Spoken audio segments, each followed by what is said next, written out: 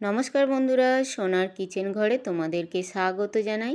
তো আজ আমি তোমাদেরকে খুবই মজাদার একটা ফেলে দেওয়া জিনিস দিয়ে রেসিপি বানিয়ে দেখাবো। তো এই রেসিপির ভিডিওটি পুরো দেখার অনুরোধ রইল। আর রেসিপিটি যদি ভালো লেগে থাকে কমেন্ট করো, লাইক শেয়ার সাবস্ক্রাইব করে আমার পাশে থেকো। যারা এখনও পর্যন্ত আমার চ্যানেলটিকে সাবস্ক্রাইব করেছো তাদেরকে অসংখ্য অসংখ্য ধন্যবাদ। যারা এখনও আমার চ্যানেলটিকে সাবস্ক্রাইব করোনি, অনুরোধ রইল আমার চ্যানেলটিকে সাবস্ক্রাইব করে আমার পাশে থাকার জন্য। যারা আমার ফেসবুক পেজ থেকে দেখছো তাদের কাছে অনুরোধ রইল ফেসবুক পেজটা একটা লাইক দিয়ে একটু ফলো করে দেওয়ার জন্য। তো রেসিপিটি বানানোর জন্য এখানে দেখো আমি লাউয়ের খোসা নিয়ে নিয়েছি। লাউয়ের খোসা কিন্তু অনেকে খায় না, কিন্তু আজ আমি যেভাবে বানাবো এইভাবে যদি বানিয়ে খাও, ছোটো থেকে বড় সবাই কিন্তু চেয়ে চেয়ে খাবে। তো লাউয়ের খোসাটা কিন্তু আমি একটু মোটা করে কেটেছি। আর এখানে দেখো আমি একটা ছোট বাটির হাফ বাটি মুগ ডাল নিয়ে নিয়েছি। এবারে লাউয়ের খোসাগুলো আমি ছোট ছোট করে কেটে নেব। তো লাউয়ের খোসাগুলো দেখো এইভাবে নিয়ে তোমরা চাইলে বঁটি দিয়েও কাটতে পারো কিংবা চাকু দিয়েও কাটতে পারো। তো আমার এখানে চাকু দিয়ে সুবিধা হয়, তার জন্য আমি চাকু দিয়ে কেটে নিচ্ছি। তো এইভাবে একদম দেখো ঝিরিঝিরি করে পাতলা পাতলা করে লাউয়ের খোসাগুলো এইভাবে আমি কেটে নেব। লাউয়ের খোসা কিন্তু অনেকে কিন্তু পছন্দ করে না, একবার হলেও কিন্তু আমার মতন করে এই রেসিপিটা তোমরা বানিয়ে খেতে পারো।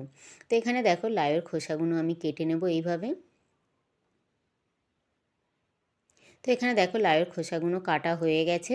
আর আমি পুরো লাউয়ের খোসাগুলো একদম ঝিরিঝিরি করে পাতলা পাতলা করে কেটে নিয়েছি। এবারে দেখো এখানে আমি একটা মিক্সিং জার নিয়ে নিয়েছি। ওই মিক্সিং জারের মধ্যে আমি যে হাফ বাটি মুগ ডাল নিয়েছিলাম ওই মুগ ডালটা আমি দিয়ে দিলাম। দিয়ে হালকা করে একটু মুগ ডালটা আমি ভেঙে নেব। আমি কিন্তু একদম পাউডার করে নেব না, হালকা করে কিন্তু একটু ভেঙে ভেঙে নেব এই মুগ ডালটা।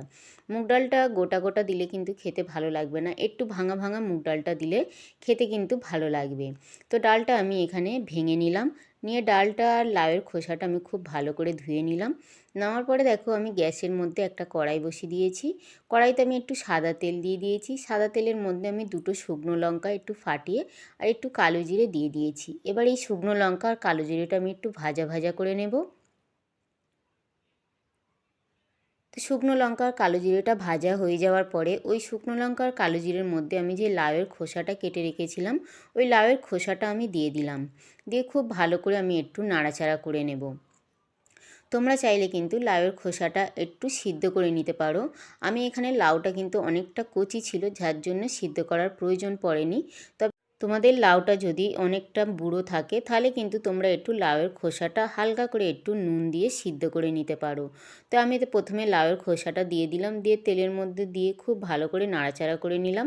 নেওয়ার পরে ওই লাউয়ের খোসার মধ্যে আমি স্বাদ অনুযায়ী নুন দিয়ে দিলাম। আর অল্প করে একটু আমি হলুদ গুঁড়ো দিলাম।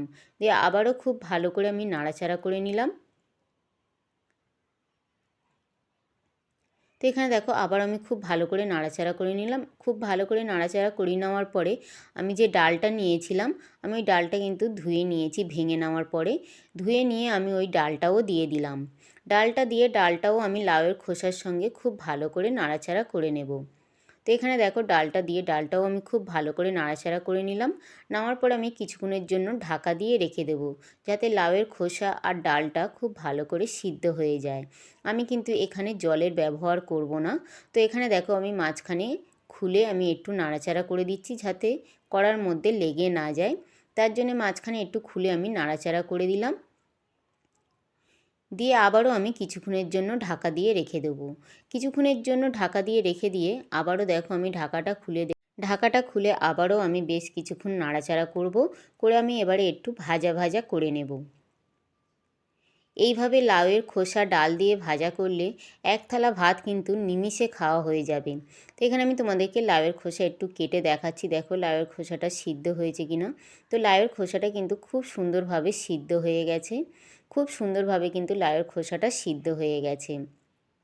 এবার আমি কিছুক্ষণ নাড়াচাড়া করে নেব যাতে একটু ভাজা ভাজা হয়ে যায়। তো যেহেতু এটা একটা নিরামিষ রেসিপি, আর এখানে লাউয়ের খোসা আর মুগ ডাল আছে, একটু চিনি না দিলে খেতে ভালো লাগে না, যার জন্য আমি একটু চিনি দিয়ে দিলাম আর একটু আমি নারকেল কোড়া দিয়ে দিলাম। নারকেল কোড়া আর চিনিটা দিয়ে আবারও আমি 2 মিনিট খুব ভালো করে নাড়াচাড়া করে ভেজে নেব। তো এখানে দেখো নারকেল কোড়া আর চিনিটা দিয়ে আমি 2 মিনিট খুব ভালো করে নাড়াচাড়া করে ভেজে নিলাম। ভেজে নেওয়ার পরে এখানে দেখো আমার লাউয়ের ছিলকা ভাজা পুরো রেডি হয়ে গেছে। আর কত সুন্দর দেখো দেখতে লাগছে, আর খেতে কিন্তু দারুণ হয়েছিল। তো এখানে কিন্তু আমার পরিবেশন করার জন্য লাউয়ের ছিলকা ভাজা পুরো রেডি। আর কত সুন্দর দেখো দেখতে লাগছে, আর খেতেও কিন্তু দুর্দান্ত হয়েছিল। তো একবার হলেও তোমরা লাউয়ের ছিলকা ফেলে না দিয়ে এইভাবে কিন্তু ডাল দিয়ে ভেজে খেতে পারো। আশা করি ছোট থেকে বড় সবাইয়ের কিন্তু ভীষণ ভীষণ ভালো লাগবে। আর গরম গরম ভাতের সঙ্গে তো অসাধারণ লাগে এই লাউয়ের খোসা ভাজা।